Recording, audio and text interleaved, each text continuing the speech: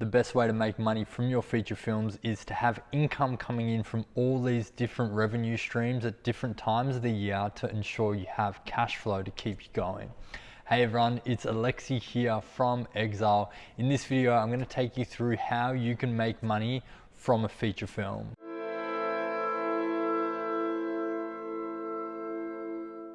Just a quick one before we dive in. I've launched a newsletter called The Friday Filmmaker where I give you one actionable tip every Friday for your filmmaking career. So if you want to subscribe, head to my website, which is in the channel description. Okay, now, why is it important for you to understand how much money that you can actually make from a feature film? Well, it's important for a couple of reasons. Number one, it's going to allow you to determine how much time you can actually take away from your income generating activities. So if you run a video production company, if you work 9 to 5 and you want to go make a feature film, I'm sure you want to know, well, how much money, if any, are you going to get paid during that time that you're taking away from that income generating activity? The second reason that you probably want to know is, well, how can you turn this into a full-time gig? How can you just be making films full-time and focusing on that only? Well, the only way to do that is to have enough money coming in order to sustain yourself to do that. So let's dive in. Number one is producer and or director fees. So this is the obvious one, but it's really the most important one because it's the one source or the one revenue stream that's absolutely guaranteed. So if you make a feature film and your fees are in the budget and the film gets financed, you're guaranteed to get those fees. So when you're thinking about how much you can expect to get as a producer or director, the rule of thumb is around 5 to 7% of the total budget. So if you're making a film for around $1 million, you can expect to make $50,000 to $70,000. Now, what's important to realize is that, if you're going and making a $100,000 film, you're probably not going to be able to take any fees because all of that is going to go into the actual making of the film. And so really, until you get, I would say, over at least 250K, but likely closer to like 500K, you're probably not even going to be generating a fee from the film. So the reason is because all that money is going to be going into production and trying to get the best quality product up there on screen. So when you're thinking about how much money you're going to make from the film, budget is really important because your fees are proportionate to the budget.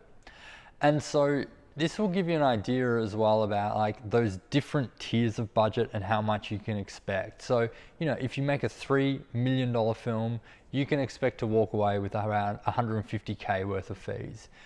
If it's 5 million, then you're going to walk away with around 250K, right? And up and up.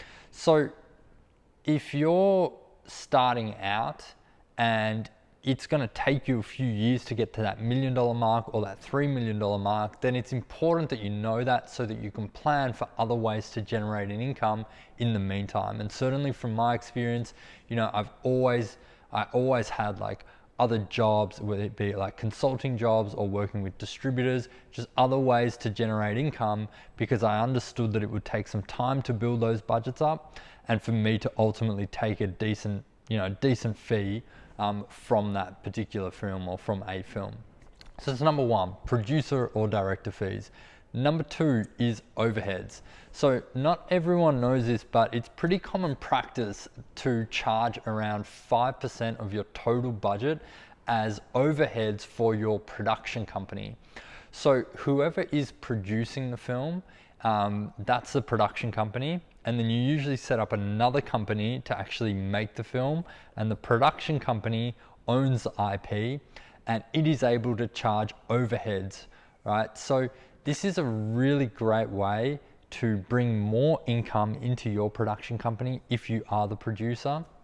And it's a great way to be able to float, your overheads, the company overheads that you have. So things like your rent, your phone. Luckily, overheads can be quite low for a production company, but if you have staff, like that's another big overhead. So by being able to charge a film the overheads, you're just basically allowing more money to flow into your production company.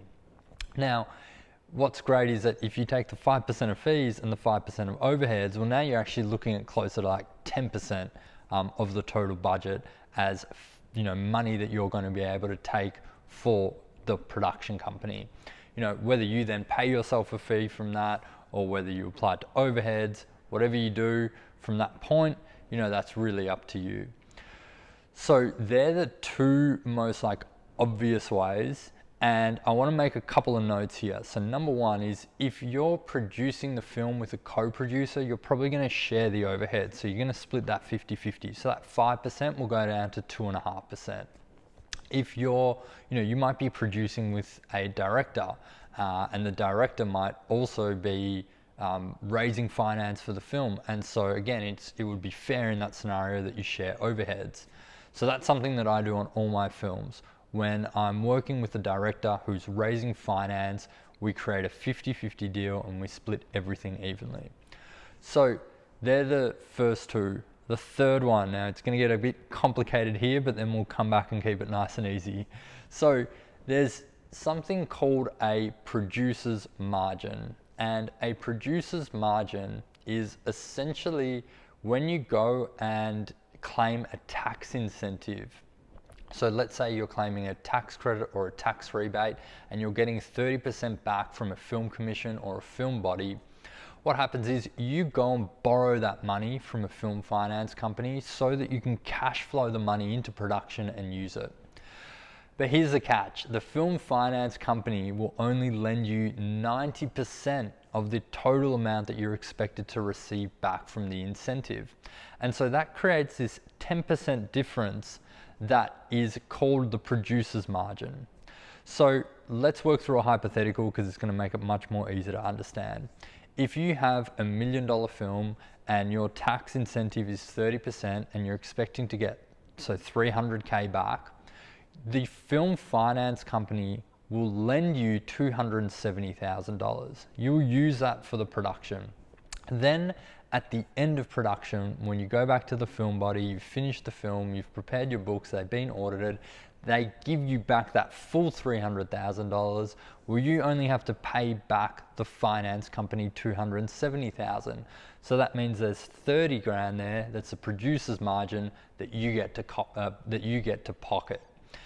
So again, if you're co-producing, you might share that with someone else. You might share it with the director if they're your co-producer, or if you're the director, you might share it with the producer. But basically, whoever is producing the film, whoever the production companies are, they're gonna also share in that margin. So that's the third way. Bit complicated. I had no idea about it when I started, and it took me a few films to actually get the hang of both overheads and the margin. So those are the first three. On to number 4.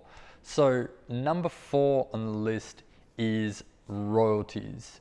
So actually, before I get into royalties, I'm going to go through grants. So grants are basically money for jam, and I always think that if you can get a grant for a film, you should absolutely get it, or at least try and get it. But in this scenario, I'm not talking about grants that are used for production, because you would have to use those grants for the making of the film. I'm talking about grants that kind of come once the film is completed. So some examples of this could be marketing grants, there could be some post-production grants. The interesting thing with those two grants is that usually you can include producer fees in there or director fees in there. So those grants are basically another way to increase your fees. So those are a couple of ideas. The third one, and this one's, I only know of this in Australia, but if you're in another country watching this video, you should do some research and find out what other grants might be available. If you're in Australia, here's a great one. So there's something called the Export Market Development Grant. So it's the abbreviation, or the acronym is EMDG. Basically what it is if you're an exporter of if you're an Australian exporter of Australian goods, you can claim 50% of your marketing expenses that you incur promoting that good overseas. Now, thankfully, films or filmmakers classify as exporters. We're exporting Australian product overseas. So we get to claim back 50% of all our marketing expenses that go towards promoting the film overseas. That can include trailers, posters, travel, It even includes the costs that your sales agents charge you. And so you can basically include all these costs in and you get 50% of that back. So typically those costs could amount to $30,000 to $70,000. You're getting 50% of that back, and again, you can just pocket that. So it's another great way to be able to make, with all these, like with every film that you make, you're really just trying to extract as much income out of it as you can, so that you can ensure that you can keep going, right? So that you can keep this sustainable and you can get to the next film, because the next film might not be financed for another year or 2 years. So you need to make sure you're bringing as much income in. So that grant is a great way to do it. If you're not in Australia, you're in another country, do the research, find out if there are any similar grants out there. All right, coming back to number 5 is royalties. So royalties are absolutely the holy grail of revenue streams, right? So think of filmmakers who have made films that have just gone absolutely gangbusters, made tens of millions or hundreds of millions on budgets that were, quite low. So there's really high profit, high ROI. Those filmmakers can pretty much just live off the checks that they're going to receive every quarter from the royalties from that film.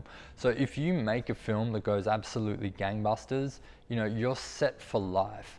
And that really should be the goal of most filmmakers. Now, I don't want to say every filmmaker, because not every filmmaker is striving towards that. But if total financial freedom is part of your game plan, then that absolutely should be part of your thinking.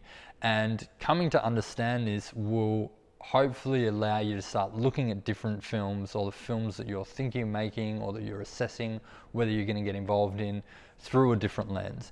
For me personally, up to this point in my career, it's really just been like getting to the next film, getting to the next film, getting to the next film, trying to get that next fee, bringing the money. But at this point now, where I can take a bit of a breather and I've set things up, I'm now thinking about royalties in a much bigger way, because none of the films that I've made so far are really, there's no checks coming in every quarter that are sustaining my business. Yes, we receive royalties, but typically they're just paying back investors. So we're yet to really have a film that's hit that like blue sky potential that is just bringing in royalties for us every quarter. But now, at this point, that's absolutely part of the decision making. It's part of the thinking. In a way, it hasn't been up till this date. But hopefully you can learn from this video and start thinking about it earlier. So the 6th and final way, which is really not just for a particular film, it is for a particular film, but it's also a way to use all those things I just mentioned, and then work on more films. So the way to do that, number 6, is by executive producing other people's projects. So at the point that you start developing skills producing, then you're going to become valuable to other filmmakers, right? If you've just made one feature film, you instantly become extremely valuable to anyone that has never made a feature film. And you can take the lessons, the experience, the skills, the network, the contacts that you've developed over that film and start using it to generate fees by working on other people's films. And hopefully if you understand all those different revenue streams, then you can bring those into the way that you're helping that other filmmaker make money from their film, and you can take fees from each of those revenue streams. So to give you an example, after my second film, I jumped onto someone else's project as an associate producer, and I helped them attach a sales agent. And that sales agent was the key to unlocking their production funding. So if they weren't able to attach a sales agent, the whole film would have fallen over. So I charged $1,500 to do that work, and that allowed them to unlock a $3 million budget.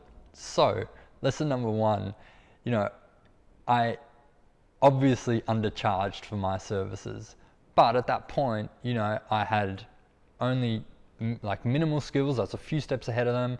I obviously had no confidence in terms of like how to pitch my skills or how to sell myself or what my value was worth. And so, you know, I totally undercharged. And I think that's an understatement, right? But now at this point in my career, like 8 films later, I've helped multiple more get financed. I'm able to now charge 30 to 50,000 per film as an EP. So that just gives you an idea about, you know, if you can build up a track record, if you can consistently get runs on the board, if you can keep developing your skills, your relationships, your competence, then you're going to be in a position where you can then jump onto other people's projects and start generating an income that way. So there's a couple of different things I want to do now. I want to take you through a hypothetical film that has a $1 million budget and show you, you know, the total fees that you could basically extract out of that film. And then I'm going to give you, like I mentioned earlier in the video, just a quick breakdown of the fees that I've charged in this past month. So $1 million film. So you're going to likely charge 50, so let's just call it 5% as your fees. So there's 50 grand. 5% of overheads, there's another 50 grand. The margin, let's say you're getting 30% from a tax incentive and you're keeping 30K from that. So the 10% producer's margin, you keep 30K, right? So there's another 30K. If you're lucky and you're in Australia and you can access this EMDG, this export grant, and your marketing expenses are 50K, then there's another 25K. So as you can see, that adds up to 155K on a $1 million budget. And the great thing about this is that a lot of it's just proportionate, right? So the higher the budget, the bigger the budget, the bigger your fees. It's pretty straightforward. And one really important thing to note here is that oftentimes in my experience, while you know that might represent the fees that we're able to take on a $1 million film, often as the producers, we're having to invest part of those fees back into the project in order to get it financed. So we're using the fees that we're generating to then invest those back into the film to make sure that the film can actually get financed and get over the line. This is sometimes referred to as reinvesting. It's pretty common here in Australia, but I know that it's done in most countries. A lot of filmmakers do it because at the end of the day, they want to get their films up.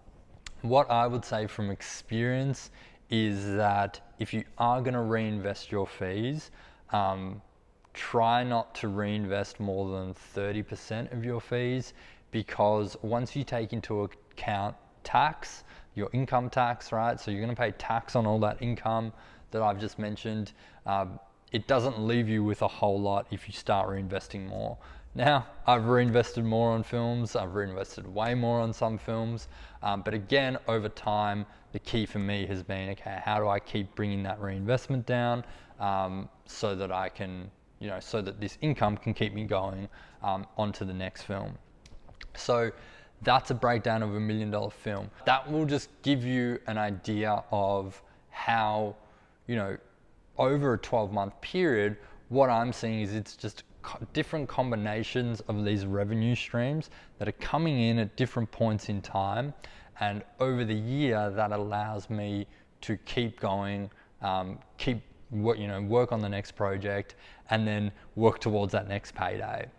You know, and often as a producer, what you're trying to do is just gun for that next film that goes into production, that gets greenlit, because you know that that's when your big payday is going to come. So really, more than anything, what I've found over, you know, the last kind of 8 years now, or whatever it is, 6 years making films, 7 years, is that you have to find a way to keep money coming in during those lean months between those big paydays, you know, because it's such a project-based business. You really need to look after yourself in those lean months, because often it can be feast and famine. And so the best way to counter that, or to counter it, is to just have some consistent income coming in the meantime. So that's it for the video. I hope now you have a really clear, full understanding of how you can make money making a feature film, and then how you can use that feature film to generate multiple streams of revenue, and how that can then kind of sustain you through to making the next film, and over the long term start building a career as a filmmaker, producer, director, whatever it might be.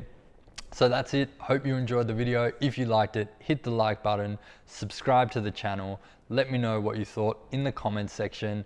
And if you are interested in working with me and my team to help you finance and produce your feature films, check out the link in the description below. You'll be able to set up a call with us and we will work out if it's a good fit to work together. All right, that's it. See you on the next one.